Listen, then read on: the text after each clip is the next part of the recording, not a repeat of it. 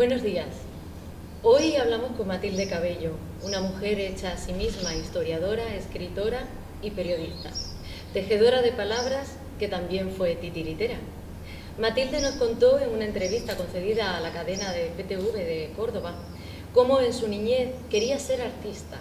Con esa alegría natural que da la tierra de Cádiz, disfrutona del carnaval y de la copla, y amante de las letras, ya entonces hacía sus primeras creaciones. Matilde nos habló de una Cádiz que se sabe eterna por esa conciencia que tienen sus habitantes de lo efímero de la vida. Hoy vamos a hablar de dos mujeres eternas, musas que perpetuaron lo efímero del momento, de una época evocada a través de sus ojos, y la mirada creadora del pintor Julio Romero de Torres. Hablamos con Matilde de Amalia Fernández, la gitana, y de María Teresa López, la chiquita. Dos mujeres, dos musas y modelos de nuestro pintor cordobés, a quienes ella tuvo la suerte de conocer. Buenos días, Matilde. Buenos días. Acércanos a estas mujeres que entonces andaban por estas calles hoy en día tan nuestras. Esas calles estructuradas primero por zojos y luego por zonas, este potro por el que iban las mujeres. Las calles de las mujeres eran de la Plaza Grande, de las noches en la Ribera y por supuesto por estratos sociales, ¿no? Por esta zona venían las del Campo de la Verdad, que venían con el barco del Maero, con la barca del Maero. Por esta zona venían las que llegaban de Cardenal González, que sabemos que era el sitio del pecado, de ahí que Julio lo recogiera tanto, y también la Plaza de los Gitanos, que es la Alhóndiga, los barrios populares que entraban por allí, por la plaza, por el Arco Bajo. Eran ambientes de mujeres y ambientes de ciertas situaciones, un mundo de hombres. Nosotras éramos un poco, tú que eres actriz, ahí, actrices dentro de los escenarios que ellos y los guiones que ellos montaban. Y por ahí pasaban las mujeres para que los hombres se fijaran en ellas. ¿Por qué no había otro recurso que no fuera un hombre? El hombre te daba el don, te daba la categoría. Una mujer con estudio y de un estrato social alto se moría siendo señorita si no se casaba. Otra mujer del estrato social más bajo podía pasar de ser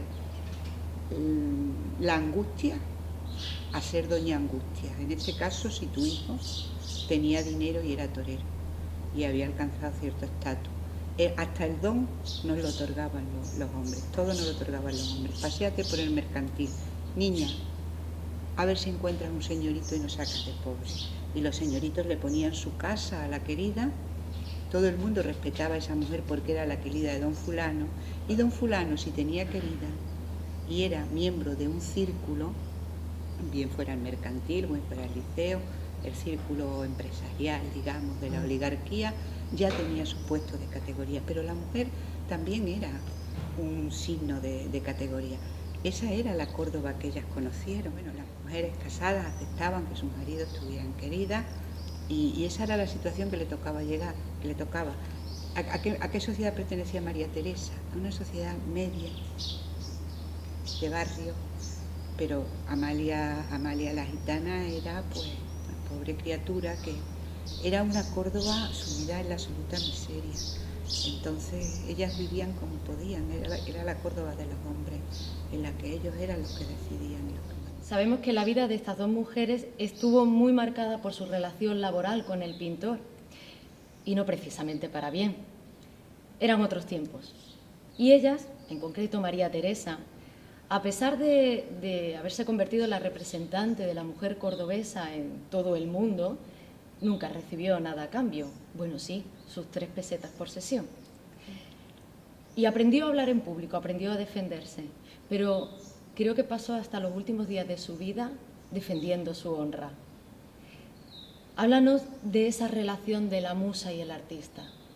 Pues volvemos al principio, una relación impuesta, porque parece ser que la niña, la verdad es que las fotografías son impresionantes, era de una belleza, bueno, tal y como el pintor la plasmó, ¿no?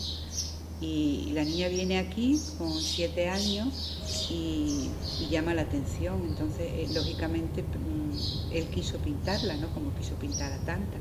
En el caso de Amalia, la vio pasar y le dijo a su vedor que la acercara a él y ella quedó, que se recrea en el espectáculo así, ¿no? Un poco en el teatro y la realidad. Pero en el caso de ella quiso pintarla y el padre accedió y luego pues la niña ganaba un dinerito, era mucho dinero en aquel momento.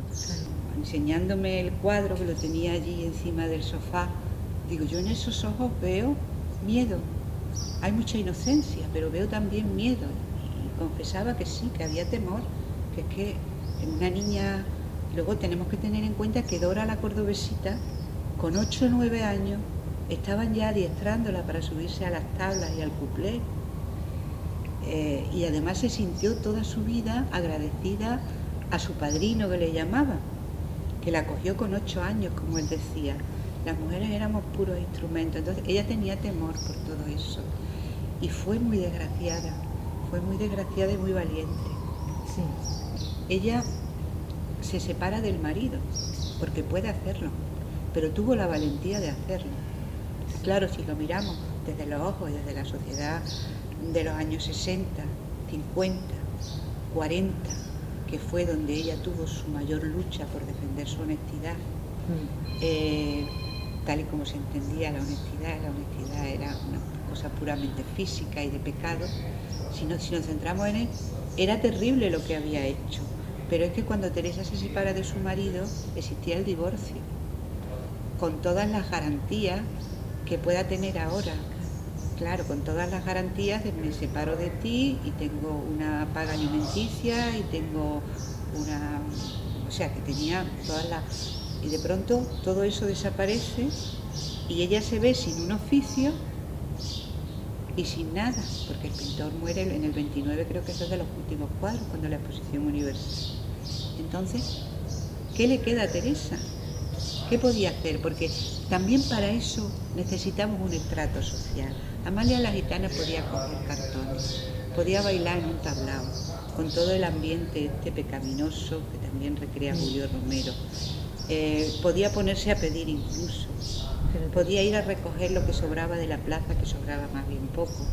Pero Teresa no tenía nivel para colocarse de dependienta, por ejemplo, que era uno de los trabajos mejores. Y se le caerían los anillos si ella se ponía a servir. Teresa tuvo una situación muy, muy compleja. Claro. Y cuando desaparece el pintor, tampoco creo que esas 3 pesetas le dieran para mucho. Y se han escrito canciones y se han escrito poemas haciendo referencia a la que yo personalmente considero la musa de Julio Romero de Torres, María Teresa. Ella sí que se convirtió en el personaje y nos olvidamos de la persona. Y ahora, Matilde, acudo a tu faceta de titiritera, de contadora de historias, que es para lo que está la escena, el teatro, al gremio al cual pertenezco y amo. Lo iba a decir sobre todas las cosas, pero demasiado a veces. Acudo a esta faceta tuya de titiritera para que nos hables de tu participación en el programa de Cultura en Red,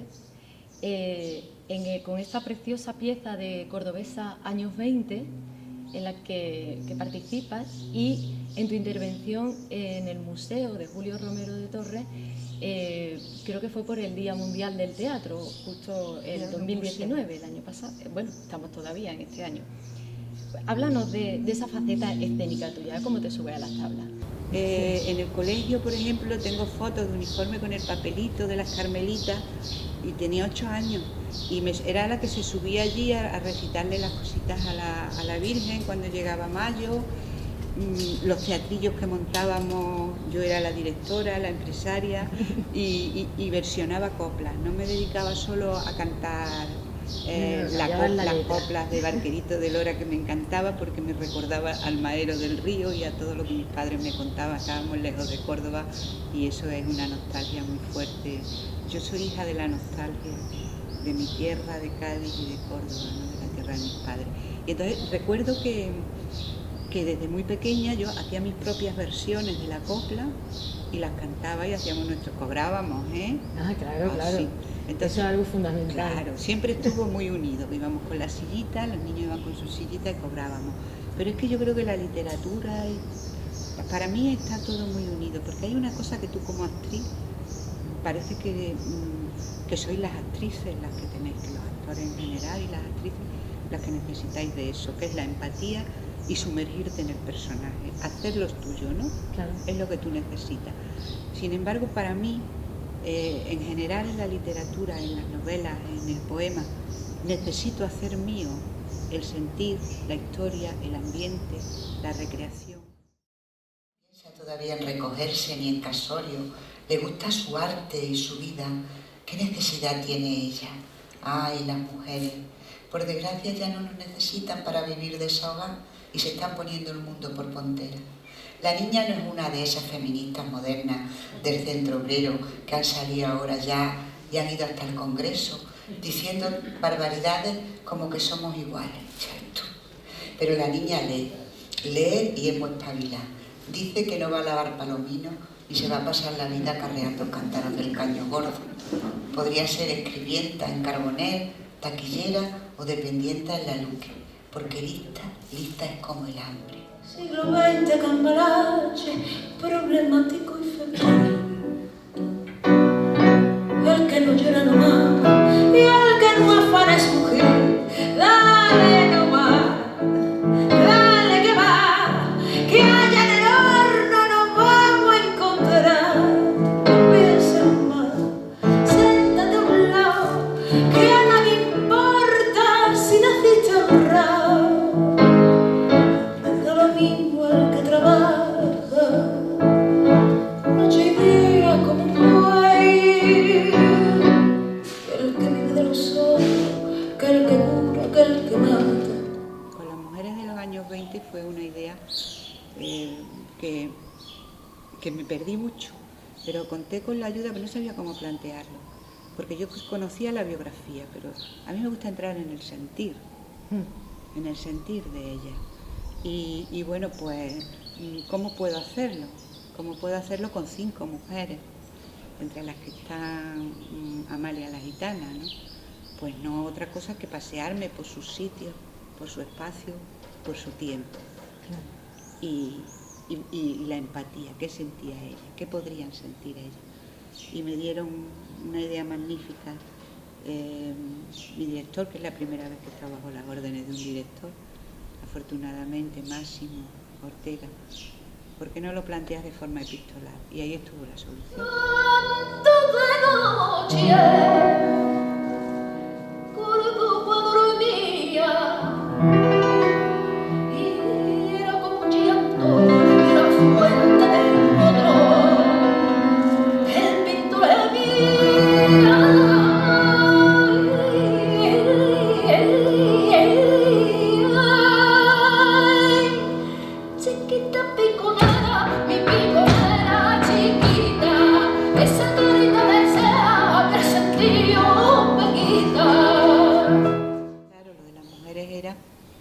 La relación entre ellas, porque la rivalidad divide y vencerá. Ese ha sido el gran pecado que hemos cometido las mujeres, nuestras rivalidades.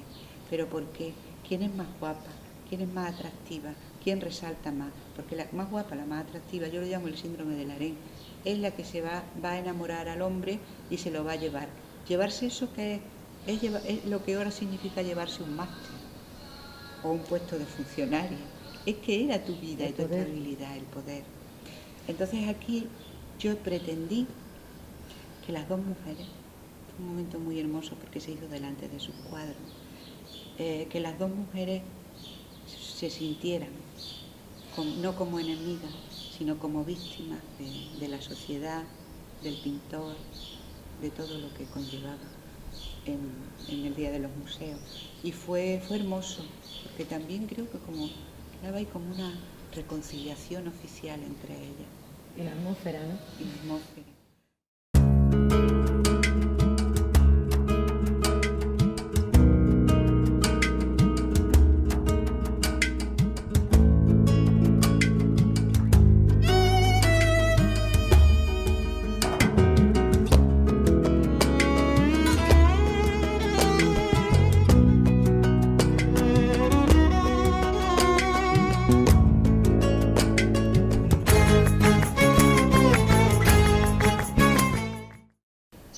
suponía que tenían que ser enemigas. Yo preferí pensar que no, que se entendían, porque entre nosotras nos solemos entender muy bien. Pues muchísimas gracias, Matilde. Yo creo que podríamos estar aquí todo el día. Sí. Podríamos estar charlando y esto da para muchísimo porque conoces tantas historias, es tan bonito escucharte. Muchas gracias.